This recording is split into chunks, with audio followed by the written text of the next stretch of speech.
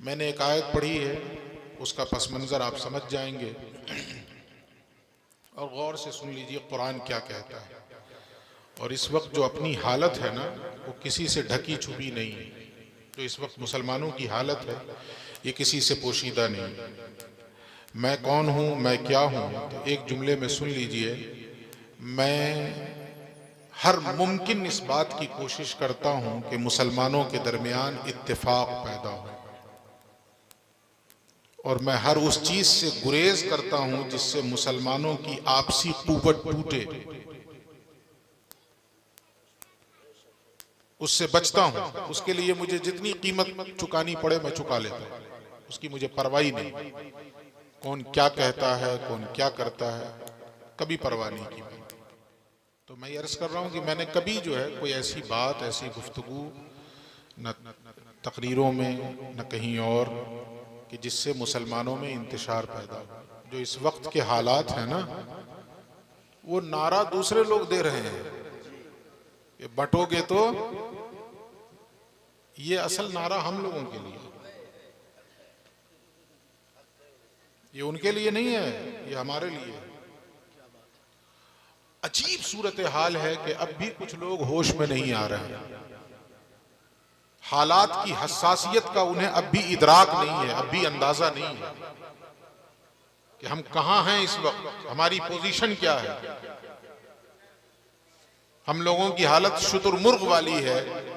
जैसे शुतुरमुर्ग तूफान देखकर रेत में गर्दन छुपा लेता है कि ऊपर से तूफान गुजर जाएगा, हम लोग भी उसी शुतुरमुर्ग की तरह हो गए। इसलिए खुदा के वास्ते होश में आइए। तो जो मैंने आयत पढ़ी है उसका तर्जमा सुनिए। अल्लाह फरमाता वातिउल्लाह व रसूलह, अल्लाह की इताअत करो और उसके रसूल की इताअत करो। इस आयत का तर्जमा सुनने के बाद जरा अपने अंदर झांक के देखिएगा कि इस आयत में कुछ चीजों के करने का हुक्म दिया अल्लाह रब्बुल इज्जत ने, और कुछ चीजों से बचने का हुक्म दिया अल्लाह रब्बुल इज्जत ने। कुछ चीजों से करने का हुक्म, कुछ चीजों के करने का हुक्म दिया, और कुछ चीजों से बचने का हुक्म दिया। अलमिया हम लोगों का ये है कि जिन चीजों के करने का हुक्म दिया उसको हम करते नहीं, और जिन चीजों से बचने का हुक्म दिया उसको खूब डट के करते। और ये तो अल्लाह का करम है कि उसने आईना भी दिखा दिया कि अगर ऐसा करोगे तो ऐसा हो जाएगा, और वो हो गया। वमन अस्दक़ु मिनल्लाहि क़ीला, अल्लाह से ज्यादा सच्चा कौन है, अल्लाह से ज्यादा सच्ची बात किसकी है। तो अल्लाह फरमाता है अल्लाह की इताअत करो और उसके रसूल की इताअत करो। सुभान अल्लाह। वला तनाज़उ, और आपस में इख्तिलाफ मत करो, आपस में झगड़ा मत करो, आपस में इंतशार मत करो, वरना होगा क्या। अगर तुमने आपस में झगड़ा किया, आपस में इख्तिलाफ किया, तफरके में बट गए, फतफशलू, तो तुम कमजोर हो जाओगे, बुज़दिल हो जाओगे। एक चीज कि अगर इंतशार हुआ, तुम्हारे आपस में इख्तिलाफ हुआ, तो अल्लाह कह रहा है, ये किसी सियासी लीडर की बात नहीं है, ये या किसी मौलाना की बात नहीं है कि आप हल्के में ले लीजिए। ये अल्लाह का हुक्म है। ये अगर तुमने आपस में इंतशार और इख्तिलाफ किया, फतफशलू, तो तुम बुज़दिल हो जाओगे। और सिर्फ बुज़दिल ही नहीं होगे, वतज़हब रिहुकुम, और तुम्हारी हवा उखड़ जाएगी, तुम्हारी कोई हैसियत नहीं बचेगी फिर समाज में और सोसाइटी में। ईमानदारी से बताइए, अल्लाह रब्बुल इज्जत ने जो ये आईना दिखाया हमें कि इख्तिलाफ और इंतशार में मुब्तला होगे, बुज़दिल भी हो जाओगे और हवा भी उखड़ जाएगी, ये दोनों चीजें हो गई कि नहीं हो गई। ये उसी आपसी इख्तिलाफ और इंतशार का नतीजा है कि हम बुज़दिल भी हो गए, इतने बुज़दिल हो गए कि नजरों के सामने किसी की मॉब लिंचिंग कर दी जाती है और हम अपने आप को बचाने की फिक्र में लगे रहते हैं।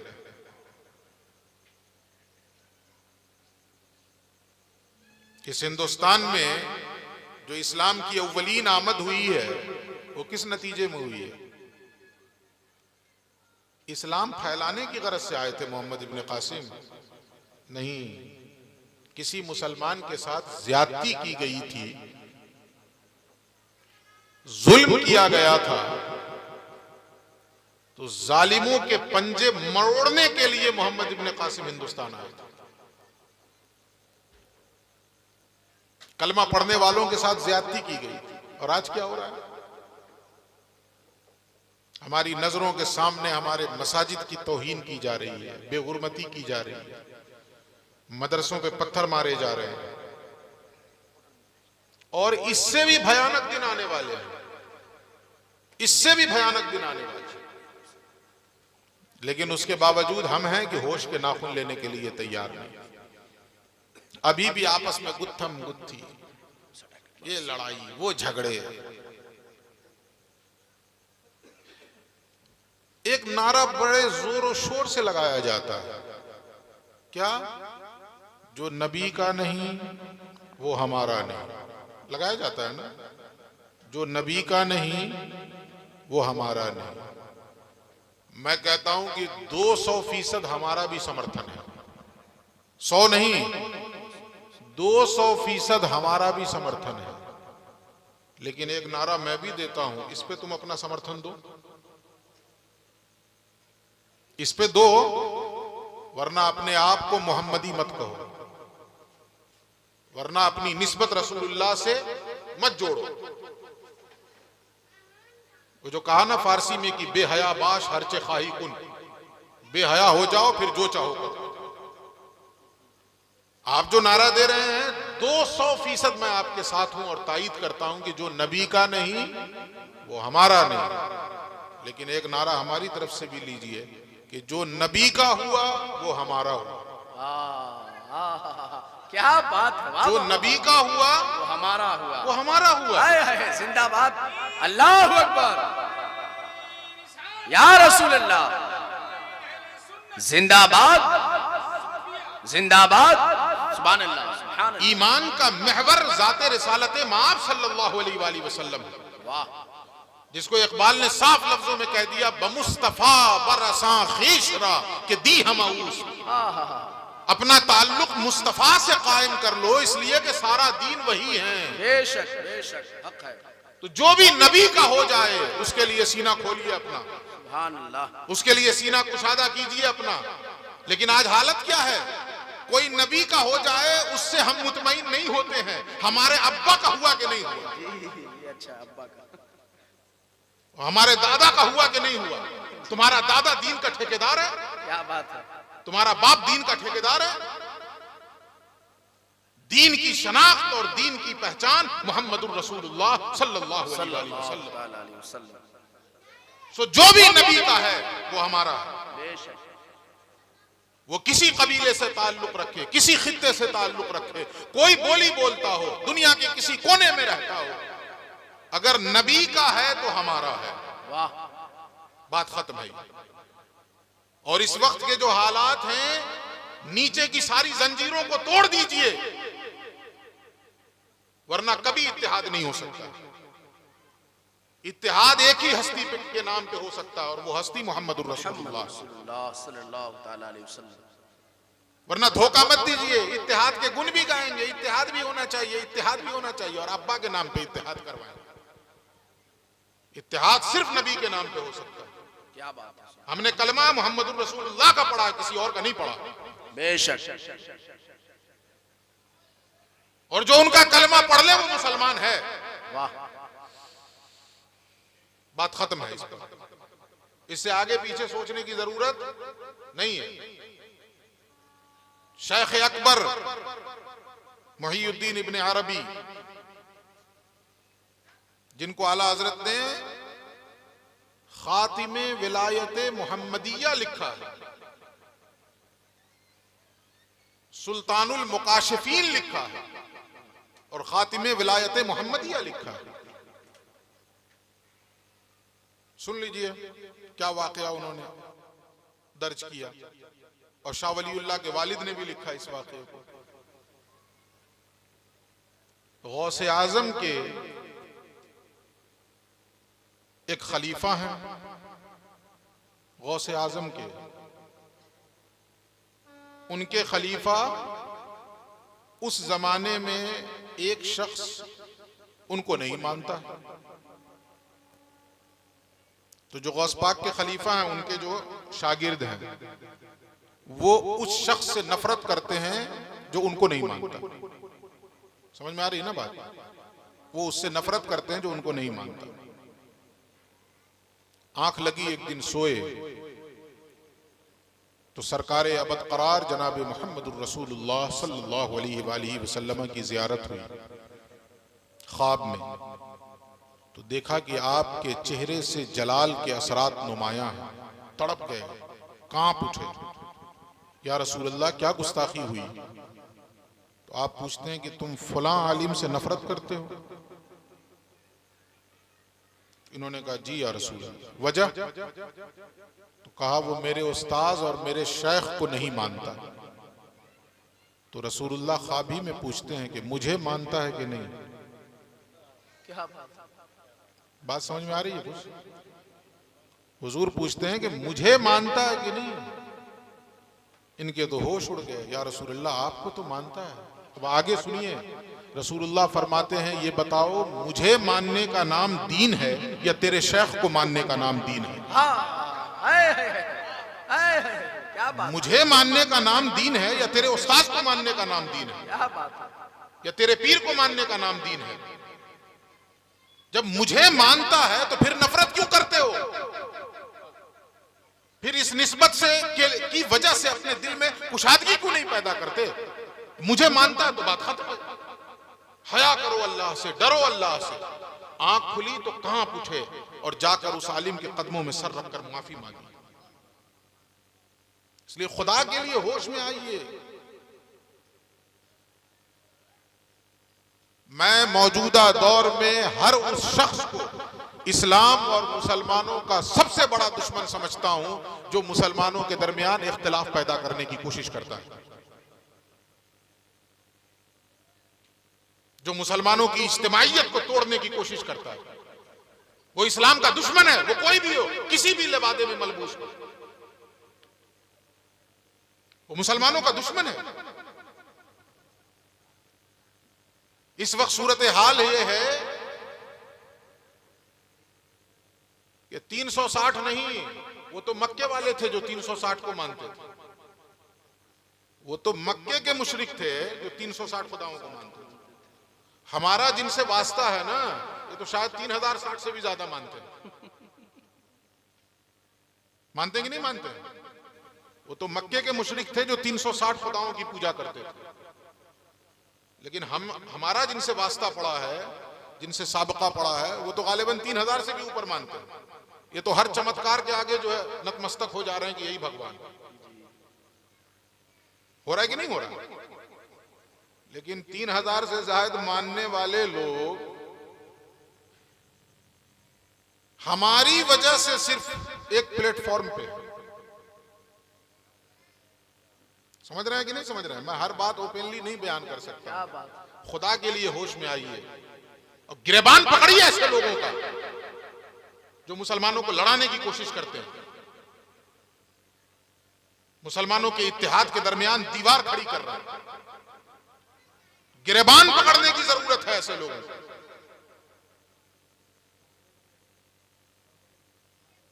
मैं सुन्नी हूं, सूफिया का गुलाम हूं।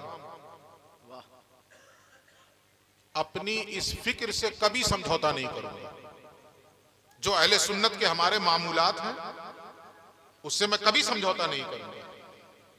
मैं मीलाद वाला हूं, मैं फातिहे वाला हूं, मैं दुरूदो सलाम वाला हूं, मैं क़याम वाला हूं, वाह, मैं उर्स वाला हूं। क्या बात है? जब तक सांसों का रिश्ता कायम है, इन मरासिम से, इन मामूलात से कभी समझौता नहीं करूंगा। क्या बात है?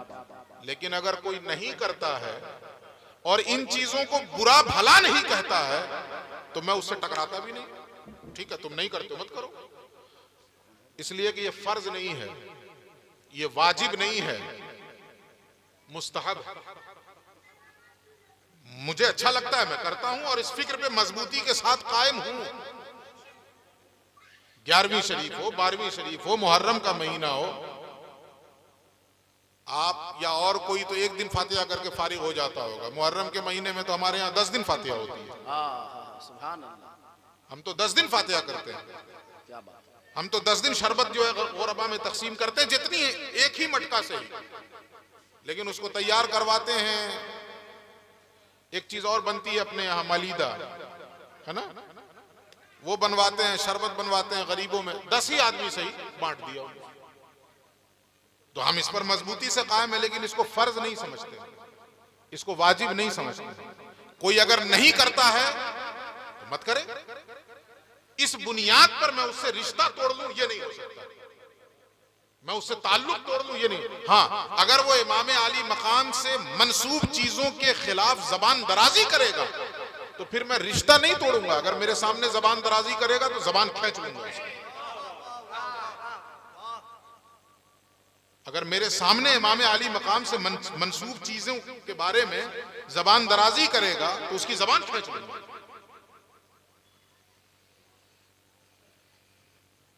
तो खुदा के लिए इन चीजों को समझिए और आपस में इंतशार मत पैदा कीजिए।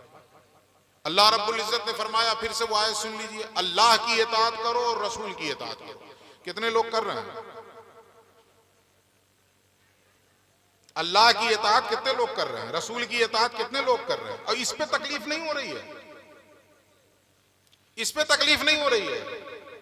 हाँ, ये समझ लीजिए आप। यानी सूरत हाल ये है, हम तो बदनाम हैं तो और सही, थोड़ा सा और सही कर लो जितना करना है। अजीब सूरत हाल है। यानी एक मिसाल से आपको समझा दूं, जो गुजरा हुआ वाकया है उसी से समझा देता हूं आपको। हमारे एक दोस्त की शादी हुई, नाम नहीं बताऊंगा, कहां हुई वो भी नहीं बताऊंगा। एक दोस्त की शादी हुई, खानदान में एक बुजुर्ग हैं, बड़े बुजुर्ग, उसी खानदान में बड़े बुजुर्ग हैं, उनका मजार भी है और दोस्त भी आलिम इत्तेफाक से, उनके मामू वगैरह भी आलिम, उनके वालिद भी आलिम, यानी पूरा घराना उलमा का। तो जब वो दोस्त हमारा दूल्हा बन के निकला, ये सालों पहले की बात है, जब वो दूल्हा बन के निकला तो उनके मामू ने बहुत करख्त लहजे में कहा, फातिहा पढ़े। तो चुप हो गया मेरा दोस्त, बोला नहीं पढ़े, फातिहा पढ़ो। तो मैंने हंसते हुए कहा उनसे, क्योंकि मामू से भी हमारे ताल्लुकात दोस्ताना, तो हमने उनसे कहा कि जरा यहू पूछ लीजिए ना कि जोहर की नमाज पढ़ा है कि नहीं। क्या बात है, क्या बात है। फातिहा पे इतनी तकलीफ हो रही है। जोहर फर्ज है कि फातिहा फर्ज है? वाह, बोलिए। क्या बात है। नहीं, फर्ज गायब कर दिया तो तकलीफ नहीं है, और मुस्तहब अगर नहीं किया है तो उस पर बड़ी बेचैनी हो रही है अंदर से। यही हालत है इस वक्त। यानी हमारे अपने घर के अंदर दाढ़ी छिल्ले मौजूद हैं, गलबैयां हो रही है उनसे। उनको तो छोड़ दीजिए, मुल्क के हालात का हवाला देकर शरीफ कुफ्फारों मुशरिकीन के साथ स्टेज शेयर कर रहे हैं।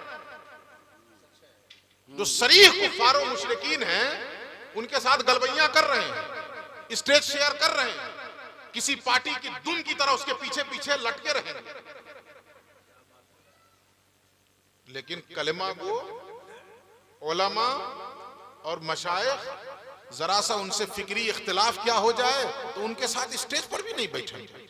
इतने बड़े मुत्तकी होते, और जब दलाली कर रहे होते हो पार्टियों की, उस वक्त क्या हो जाता है? कुढ़न होती है तो बोल देता हूं, वरना ये मेरा मिजाज नहीं, आप सब जानते हैं। बहुत से ऐसे लोग होंगे जिन्होंने मुझे 50 मरतबा सुना होगा, मैं ये सब चीजें नहीं बोलता। खैर, फिर आइए उसी पर। अल्लाह ने हुक्म क्या दिया? अल्लाह की इताअत करो और उसके रसूल की इताअत करो। अल्लाह की इताअत घर में नहीं हो रही है, बीवी बच्चे नमाज नहीं पढ़ रहे, बाप भाई दीनदार नहीं है, उस पर तकलीफ नहीं हो रही है। फलां आदमी के घर में फातिहा नहीं हुई है उसके लिए बेचैन है, उसके लिए हम बेचैन हैं। हमारे घर की खवातीन शायद उन्हें नमाज के बुनियादी मसाइल नहीं मालूम, मर्द तो फिर भी जुमा पढ़ ले रहा है ना, औरतें क्या पढ़ रही हैं? ईमानदारी से बताइए, बहुत से ऐसे घर हैं या नहीं है हमारे इस समाज में जिनकी औरतों को मैंने आपने कभी नमाज पढ़ते हुए नहीं देखा होगा? है या नहीं है? बोलिए, क्या उन पर नमाज फर्ज नहीं है? है या नहीं उन पर नमाज फर्ज? उनकी इस्लाह कौन करेगा? उन्हें कौन आमादा करेगा कि अल्लाह और उसके रसूल की इताअत करो? लेकिन इस पर कोई फोकस नहीं, इस पर कोई तवज्जो नहीं, इस पर कोई तवज्जो नहीं, इस पर कोई फोकस नहीं है। लेकिन सारा झगड़ा इन्हीं मुस्तहब चीजों को लेकर के है। तो हुक्म अल्लाह की इताअत करो और उसके रसूल की इताअत करो, पहली चीज है। सुभान अल्लाह। जो फराइज व वाजिबात हैं, जिसका जो मर्तबा है उसी मर्तबे पे रखिए, ना उससे नीचे कीजिए ना उससे ऊपर कीजिए, ना बढ़ाइए और ना कम कीजिए। लेकिन हम लोगों ने क्या किया? दोनों तरह से हम मुजरिम हैं, दोनों तरह से मुजरिम हैं। जिस चीज का जो मनसब है, जो मकाम है, जो मर्तबा है, हम उसको उससे नीचे भी ला रहे हैं और किसी चीज को उसके मनसब से ऊपर भी कर रहे हैं। जैसे जो फराइज हैं, नमाज, रोजा, हज, ज़कात, इसको हमने उसके मनसब से नीचे ला दिया, नीचे ला दिया। यानी फर्ज छूटने पर हमें बेचैनी नहीं होती, फर्ज छूटने पर हमें तकलीफ नहीं होती है, और मुस्तहब्बात अगर कोई छोड़ दे तो हम बेचैन होते हैं। इसका मतलब यह है कि फर्ज को हमने उसके मर्तबे से नीचे कर दिया और मुस्तहब को हमने उसके मर्तबे से ऊपर कर दिया। दोनों एतबार से मुजरिम हुए कि नहीं हुए? मुजरिम दोनों एतबार से मुजरिम है। जिसका जो अमल का मर्तबा है उसको उसी पे रहने दीजिए, ना घटाइए ना बढ़ाइए। जो फर्ज है उसको फर्ज के लेवल पे रहने दीजिए और जो मुस्तहब है उसको मुस्तहब ही के लेवल पे रहने दीजिए। बल्कि उलमा ने तो यहां तक फरमाया है कि किसी मुस्तहब चीज को कभी कभी उलमा को चाहिए कि वो छोड़ भी दिया करें ताकि लोग उसको फर्ज न समझ लें। कभी कभी उन चीजों को छोड़ भी दिया कीजिए ताकि लोग उसको फर्ज न समझ लें। हमारे दोस्त हैं, सुन रहे हैं मुझे, लेकिन उनकी जबानी की एक बात सुनाता हूं आपको। उनके इलाके में एक मस्जिद में जुमे की नमाज के बाद एक शख्स इलाके का है,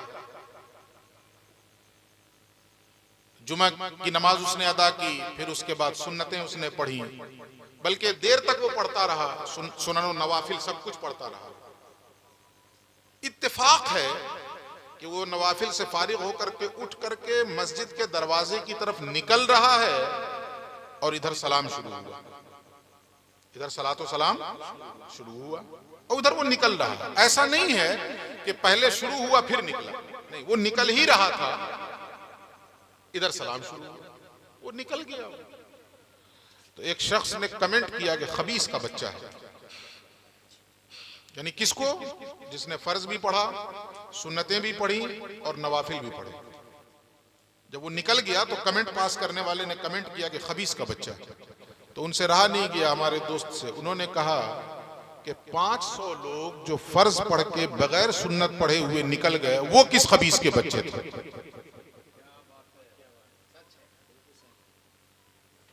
खुदा के लिए आंखें खोलिए, किन चीजों को हमने बुनियाद बना के झगड़ा किया है। और ये हकीकत बता दीजिए ना, तो सुन्नी नहीं है, तुम्हारे बाप की जागीर है सुन्नियत।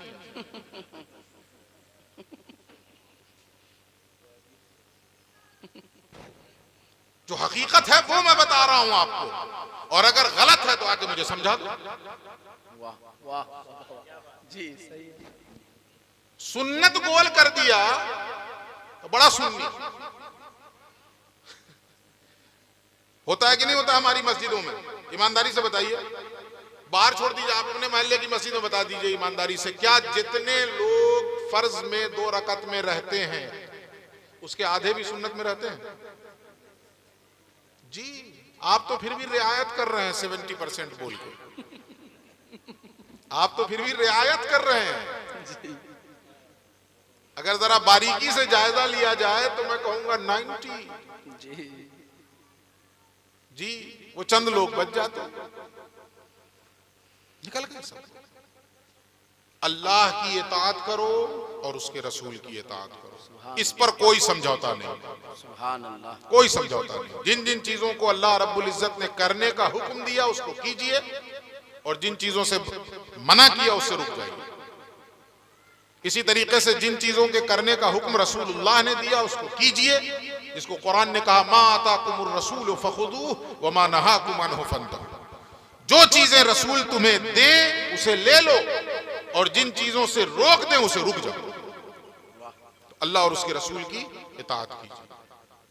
उसके बाद वला तनाज़उ, तो ये करने का हुक्म था ना, ये कीजिए, हमने नहीं किया। जिस चीज को करने का हुक्म था वो हमने नहीं किया। अब जिस चीज को ना करने का हुक्म दिया अल्लाह ने आगे क्या, वला तनाज़उ, आपस में झगड़ना नहीं। इसको खूब डट के किया। खूब कर रहे हैं कि नहीं कर रहे हैं, आपस में झगड़ा कर रहे हैं कि नहीं कर रहे हैं, और नुकसान किसका हो रहा है, आम आदमी का।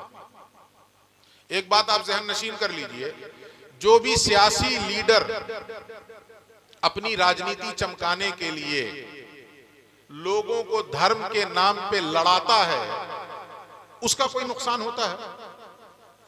मरता तो आम आदमी है, उस कम बखत को तो कुर्सी मिलती है, उस मरदूद को तो कुर्सी मिल जाती है। मरता तो आम आदमी है ना, वो खा हिंदू हो या मुसलमान हो। जो भी सियासी लीडर अपनी राजनीति चमकाने की खातिर फिरका वाराना फसाद करवाता है, उसमें दोनों तरफ के लोग मारे जाते हैं, कोई कम कोई ज्यादा। लेकिन किसी का एक ही मारा गया, जिसका बेटा छिन गया, अब तो वो वापस नहीं आएगा ना। उस हरामजादे को तो कुर्सी मिली, वो तो मंत्री बना। और हम सब लोग ये बात कहते हैं कि नहीं अपने हिंदू भाइयों को कि आंखें खोलिए, ये नेता अपने बेटे को इंग्लैंड में पढ़वाता है और आपको सड़क पे उतरवाता है। जी बोलते हैं कि नहीं बोलते हैं? सब बोलते हैं कि नहीं? बोलिए ना, जरा तायीद कीजिए ना। सब बोलते हैं कि नहीं? सब इस चीज को समझते हैं कि नहीं कि ये खेल किस चीज का है? सब समझते हैं ना? वो कहते हैं कि आपस में क्यों लड़वाते हो? यही बात अपने लीडरों से क्यों नहीं कहते? यही बात अपने लीडरों से क्यों नहीं कहते हैं कि तुम तो मजहब के नाम पे और मसलक पे नाम के हमको लड़वा करके अपनी रोटी सेक रहे हो? हुजूर आ गए। नारे तकबीर, नारे रिसालत, आमदे आले रसूल, फैजाने मखदूमे बिहार, फैजाने मखदूमे सिमना, हुजूर डॉक्टर सैयद शमीम मुनवी साहब क़िबला, उलमाए अहले सुन्नत, अवामे अहले सुन्नत, मसलके अहले सुन्नत, फैजाने अहले बैत।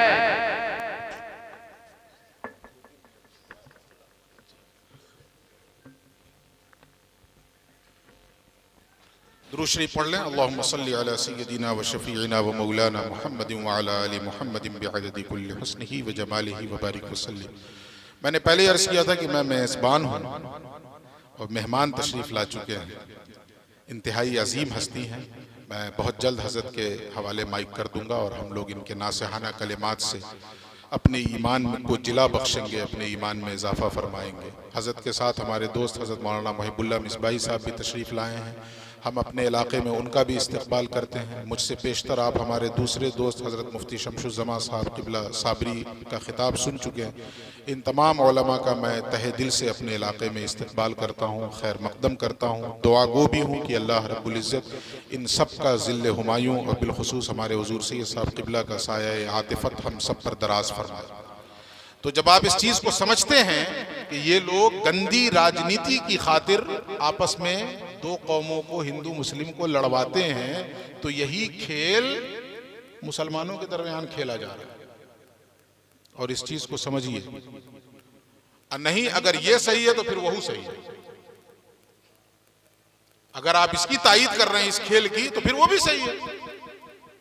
ये भी अपने आप को चमका रहा है, वो भी अपनी राजनीति चमका रहा है, फिर दोनों को सही कहिए। और अगर उसको गलत कर रहे हैं तो इस खेल को यहां भी समझिए आप।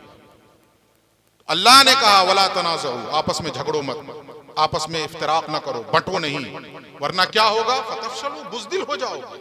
और हो गए बुज़दिल, हो गए ना।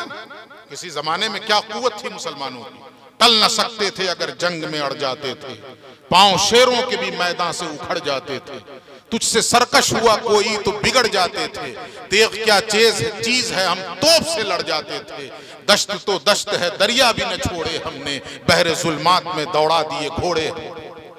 लेकिन आज क्या हुआ, आज हमारी बुज़दिली की हालत, इकबाल का एक शेर उसकी तर्जमानी करता है, थे तो आबा वो तुम्हारे ही मगर तुम क्या हो, हाथ पर हाथ धरे मुंतज़िर फरदा हो।